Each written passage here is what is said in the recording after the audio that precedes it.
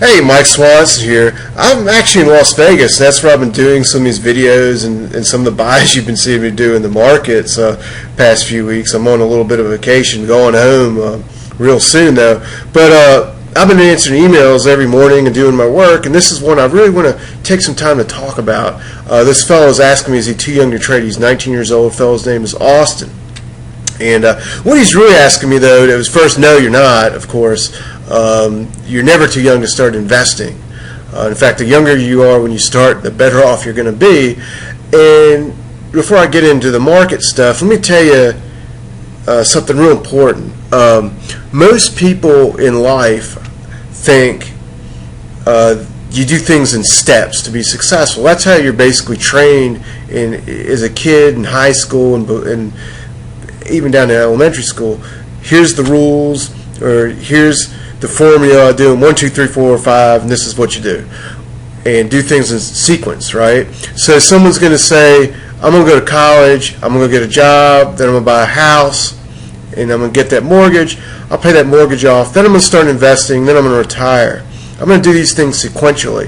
And that's what 99% of the people try to do, and almost everyone fails to retire wealthy with that method because it just doesn't work. What you've got to do is not do things sequentially once you get a job, once you're out of college.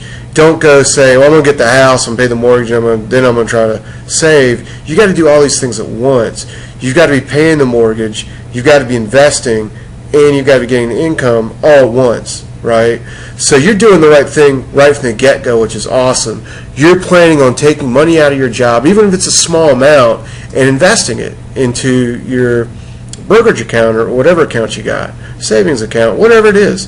And that's how you do it, man. And you're starting off now doing that, and you're already so far ahead of everyone else. The problem is the typical person doesn't start thinking about this stuff till you're like 40 or 50 years old, and frankly, by then it's too late. You're going to be living on Social Security if you're doing that, or begging for some damn relative to die and inherit money or something, and you can't depend on either one of those things. So here's the deal about investing and trading. All right, here's the big obstacle you're going to have, and everyone else has that's got a small amount of money. All right, what's going to hurt you, or what's going to be the biggest obstacle, or transaction costs. Okay, if you buy a stock and put $50,000 into it and pay a $20 commission, that $20 really don't mean nothing, okay? And then you go around and sell it and pay another $20. Who cares? It's $40 on a $50,000 investment, right?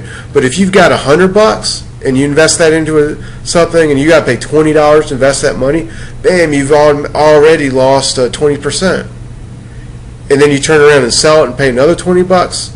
You're being eaten alive. You can't do it. It's just, you're not going to do it like that. Okay, forget about $100. Let's say you got $1,000. Well, now you're talking about a 2% transaction fee when you buy, then an additional 2% when you sell. Well, you got to figure out how to get beyond that, how to not let that become a big problem. Two things to do.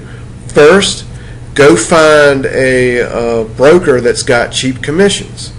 I just threw out $20 top of my head. I think Ameritrade's $9. There's some brokers that will charge like a penny a share, but I think most of them require you to have an account of a couple $1,000s. But these are just things to consider, all right? The second thing is real active trading, in and out, where these transaction costs are meaningful like that. It's about impossible to do, okay? It's tough. And so what you're going to have to do is not be trading in and out, but have more of a game plan of investing and holding. And that's something I'm doing, right? You see me do it on the website.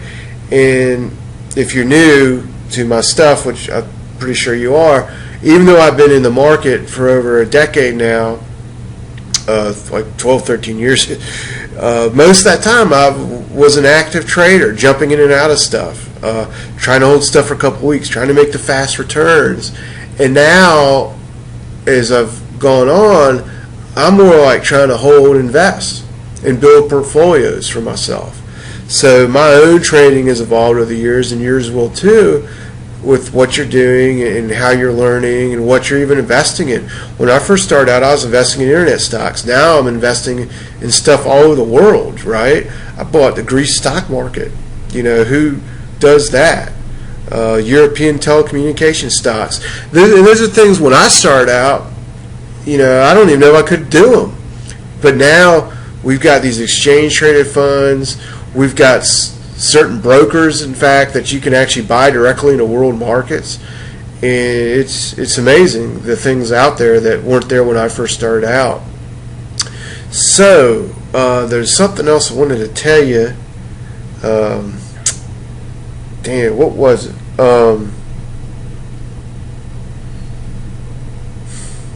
Something I thought was important before I started this video that I wanted to tell you, and it's what I'm doing, and I think it applies. I don't care how big your account is. You're talking about you think you can get some money, you know, every once in a while, save it, then you're going to deposit in the account. Like I was talking about these transaction costs, most people I think are tempted, like, I got this, let's say you got $100, right? Right now, and you put that in your account, you don't have to immediately invest that money. In fact, I'm going to tell you, I don't think you should. I think instead what you should do is let a cash position accumulate in that account, and then just put it to use when you see something out there that you really want to buy. That's basically what I'm planning on doing. Or, you know, right now I'm pretty much fully invested, but I'm planning on putting some deposits in my account over the coming months, but not immediately using that money, but using it when I see stuff line up in ways that I think is good.